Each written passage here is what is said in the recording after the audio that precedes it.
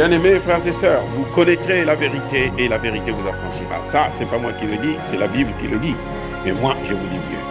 Vous connaîtrez la vérité historique, notamment celle de vos ancêtres kémites, et vous aurez une vision globale de ce que c'est que la vraie souveraineté politique. J'ajoute, vous reviendrez à la spiritualité africaine ancestrale et vous comprendrez les enjeux de l'indépendance économique.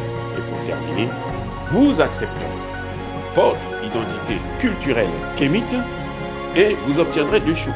La première, c'est la paix. La seconde, c'est le développement, à une condition. L'unité de toute l'Afrique noire, l'unité de tous les Noirs du monde entier. Otep à tous, bienvenue sur la chaîne des panafricanistes, par essence, par conviction et par excellence.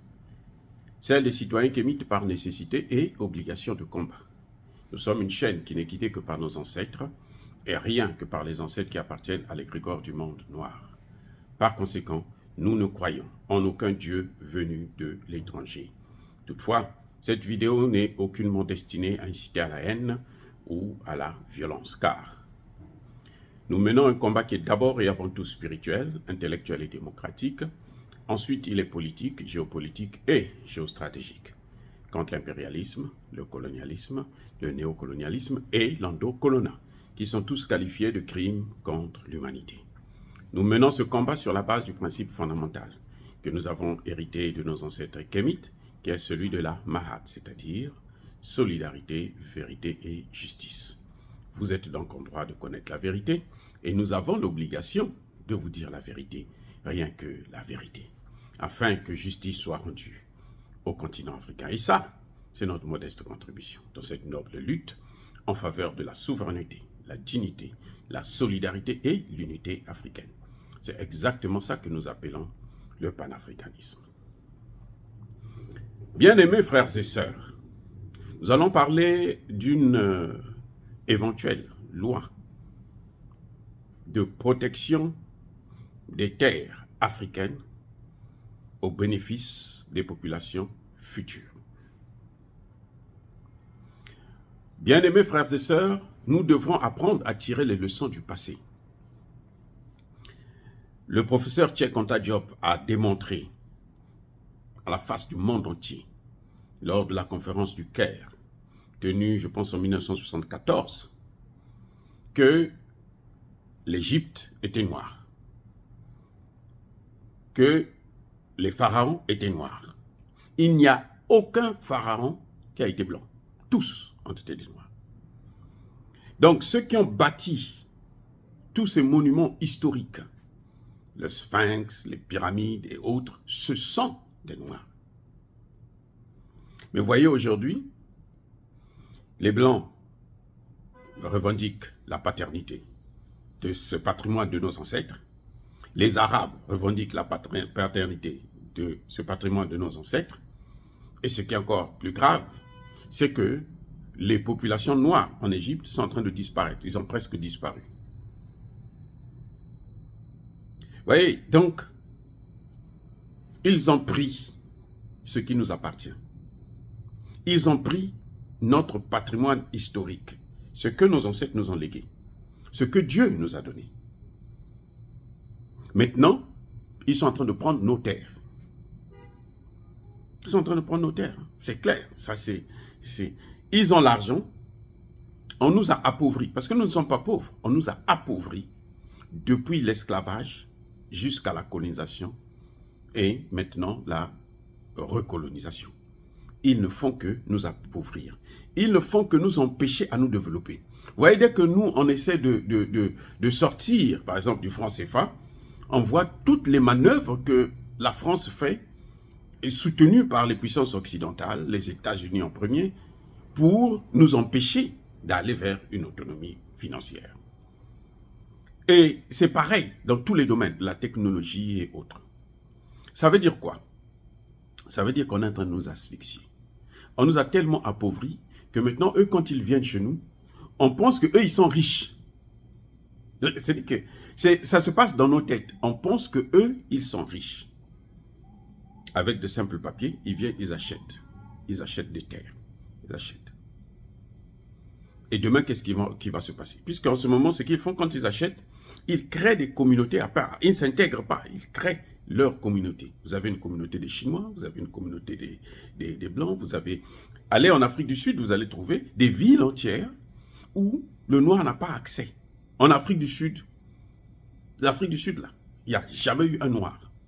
Un blanc plutôt. Ce n'est pas pour les blancs, c'est pour les noirs et que les noirs.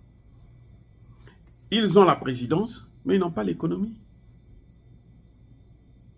Vous avez vu quand l'Afrique du Sud a décidé d'organiser des manœuvres militaires avec la Chine et la Russie, lesquels qui s'y opposaient? La minorité blanche. Ben oui, parce qu'ils ne veulent plus, c'est maintenant eux qui veulent nous guider, nous décider de notre avenir. Et eux, leur avenir, c'est en Afrique, mais avec les autres blancs. Au Libéria, il y avait une loi similaire à celle que je suis en train de vous parler, où il faut protéger les terres africaines. Cette loi disait que si vous n'êtes pas noir, vous ne pouvez pas acheter une terre en Afrique, au Libéria.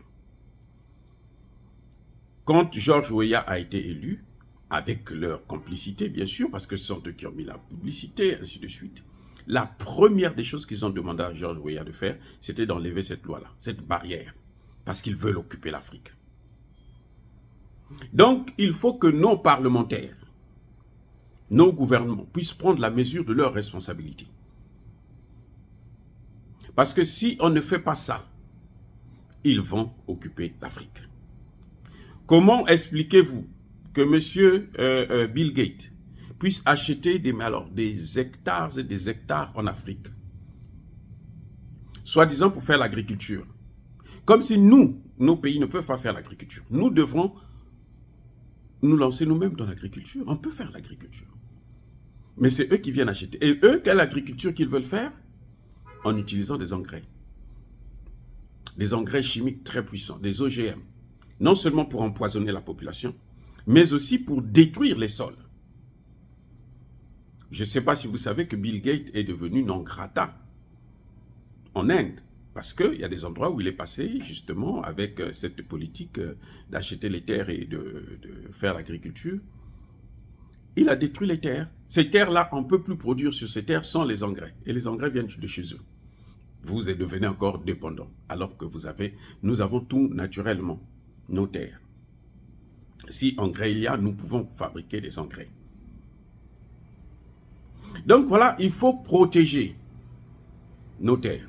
Il faut des lois qui permettent, à mon avis, à ce que les étrangers, c'est-à-dire que les non-subsahariens, quand ils arrivent chez nous, ils n'ont pas le droit d'acquérir. Ils louent. Ils viennent pour le business, ils viennent pour chercher l'argent, mais ils ne viennent pas pour prendre ce qui nous appartient. Ils louent pendant 10, 20, 30 ans, en limite. Ça ne peut pas aller au-delà de 50 ans. Après, il faut remettre les terres aux propriétaires. Vous louez pendant un certain temps et vous repartez. Vous avez des pays comme, des communautés comme la communauté libanaise. Vous venez à Pointe-Noire, vous venez à Brazzaville, vous allez à Kinshasa, ils ont acheté les centres-villes. Ça leur appartient. Vous avez un pays comme le Liban, qui est un pays qui fait à peine 10 000 km², avec une population de dizaines de millions de personnes. Donc c'est rien du tout. Mais eux, quand ils viennent chez nous, ils occupent. Et le problème, c'est que c'est eux qui veulent maintenant gouverner. Ils veulent aussi gouverner. Hein. Un Chinois est candidat à l'élection présidentielle dans un pays africain. Vous avez une députée française, blanche, au Parlement ivoirien, sénatrice plutôt, au Parlement ivoirien. Pourquoi? Parce qu'elle a l'argent. Mais où est-ce qu'elle a eu cet argent? L'argent, attendez, Jacques Chirac l'a dit, l'argent qu'il y a dans vos porte-monnaies là, vous les Français, c'est de l'argent qui résulte du pillage systématique de l'Afrique. C'est Jacques Chirac qui le dit, c'est pas moi. Donc, ils pillent chez nous, ils vont et ils reviennent, ils disent, bon, comme nous on a l'argent, on peut vous acheter. Et c'est comme ça que ça se passe. Vous avez au Gabon un ministre britannique. Il est britannique. Hein, le Coderm, britannique.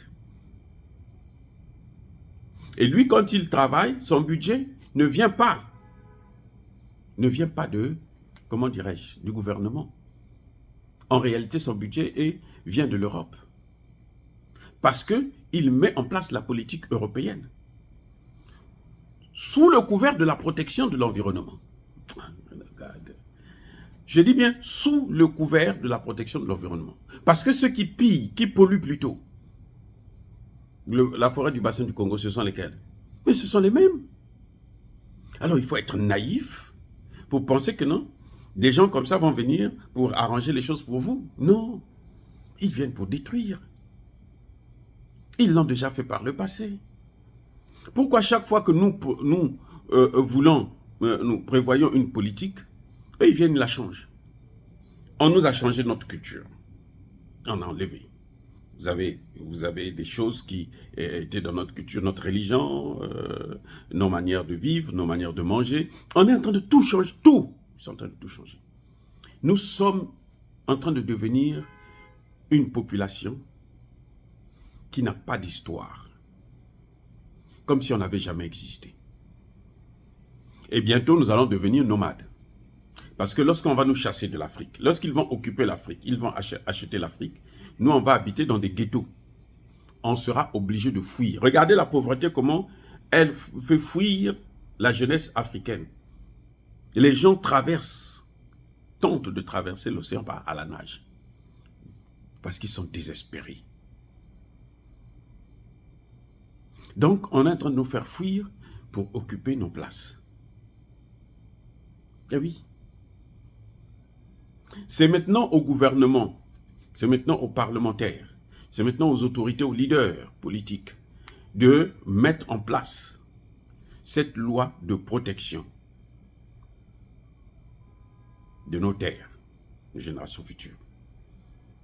Parce que prochainement, après plusieurs années, plusieurs décennies, lorsqu'on va vouloir récupérer ça, on va nous taxer de crimes contre l'humanité. On va nous tuer en masse, puisque ce sont eux qui ont des armes. Vous avez une communauté chinoise qui vient s'installer dans votre ville. La Chine a l'arme nucléaire. Ils décident que non, cette partie maintenant, c'est notre ville. Demain, ça, c'est notre... En ce moment, ils ont des quartiers qui leur appartiennent. Demain, ils disent c'est notre ville. Et après, demain, ils disent ça, c'est notre pays. Nous créons notre pays à nous parce que vous êtes trop pauvres. Il ne faut pas croire hein, qu'ils viennent là-bas de gaieté de cœur avec les routes de la soie là. C'est comme ça que ça va se passer. Vous êtes trop pauvres. Nous, on ne veut pas. Vous volez, vous êtes des voleurs. Vous venez ici là pour prendre notre boulot et tout. Mais s'ils font venir des Chinois en masse, surtout avec ces routes de la Shoah là, ils vont défiler. Déjà, quand vous prenez un avion aujourd'hui en direction des pays africains, vous avez plus de Chinois et de le Coderm que des Africains. Écoutez-moi bien. Parce que les Africains qui vivent là, en Europe, en France et un peu partout, ils n'ont pas assez de moyens pour faire des voyages tout le temps, pour venir faire le business. Donc ce sont eux qui font ça, Ce sont eux qui voyagent. Vous voyez, l'Afrique est une destination vraiment en vogue actuellement. Lesquels qui y vont? Ce n'est pas nous, les Africains, ce sont eux.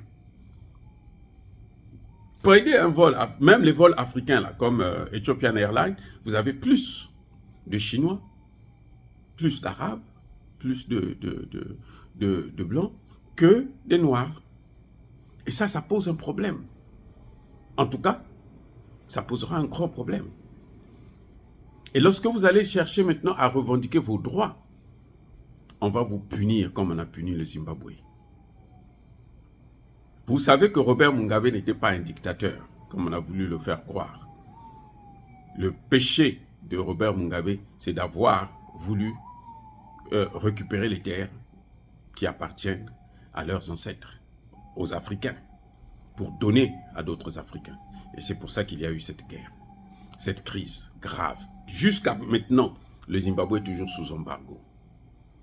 Heureusement que Dieu ne dort pas. Dieu leur a donné des matières premières. Maintenant, ils sont en train de courir après ces matières premières. Mais c'est jusqu'à quand?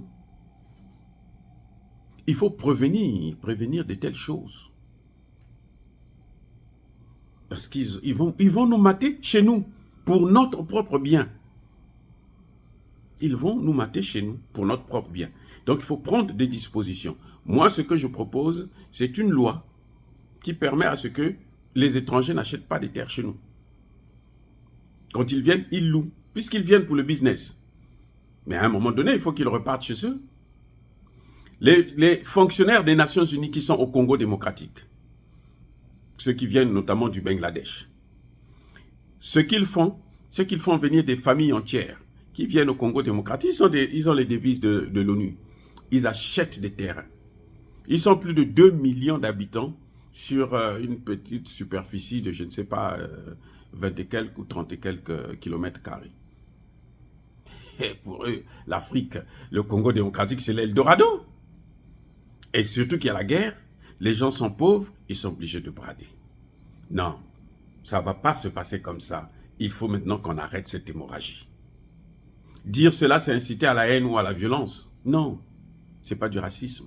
C'est la protection de notre patrimoine historique. Ce que nos ancêtres nous ont légué, ce que Dieu nous a donné. Encore une fois, je persiste et je signe. Soyez bénis, abondamment bénis par le Dieu des Kémites et par nos ancêtres angélisés. Mais que tous ceux qui persécutent le continent africain, tous ceux qui le pillent et le déstabilisent, tous ceux qui ne font que programmer la disparition de l'homme noir, qu'il soit noir, qu'il soit blanc, arabe, chinois, indien ou quoi que ce soit, qu'il soit maudit, puni, foudroyé, neutralisé, effacé, rayé par le Dieu des Kémites et par nos ancêtres angélisés. Vive l'Afrique éternelle, j'ai dit et j'assume.